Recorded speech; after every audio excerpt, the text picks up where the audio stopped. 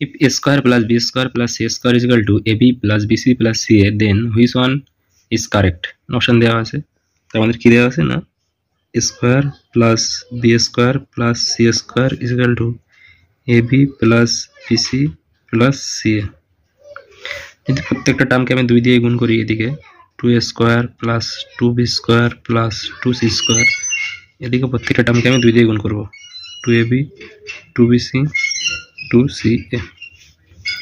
যদি আমরা একটু এটাকে সাজাই, 2a square 2b square 2c square minus 2 এটা সমানের আগে আসলে করতে হবে minus 2ab minus 2bc minus 2ca is equal to 0।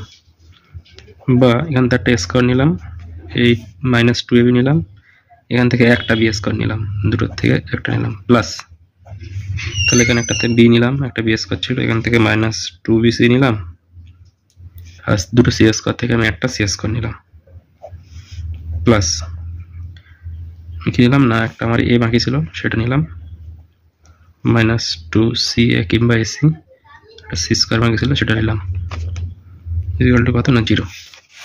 তাহলে এটা আমরা দেখতে পাচ্ছি কি হচ্ছে না A minus B whole square, এটা হচ্ছে B minus C whole square, এটা কি হচ্ছে না এ মাইনাস সি তার whole square is equal to 0।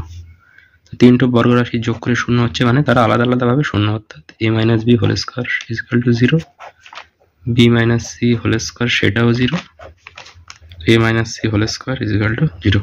তিনটি বর্গ রাশির যোগফল শূন্য মানে তারা আলাদা আলাদাভাবে শূন্য। একটা রাশির বর্গ করে শূন্য মানে তাকে বর্গ না করলেও সে শূন্য হবে। সেখান থেকে আমরা বলতে পারবো এ সমান বি। এটা একই কাজ, বি মাইনাস সি সমান শূন্য বা বি সমান কত না সি, এটা কত হবে এ মাইনাস সি সমান শূন্য বা এ সমান সমান সি।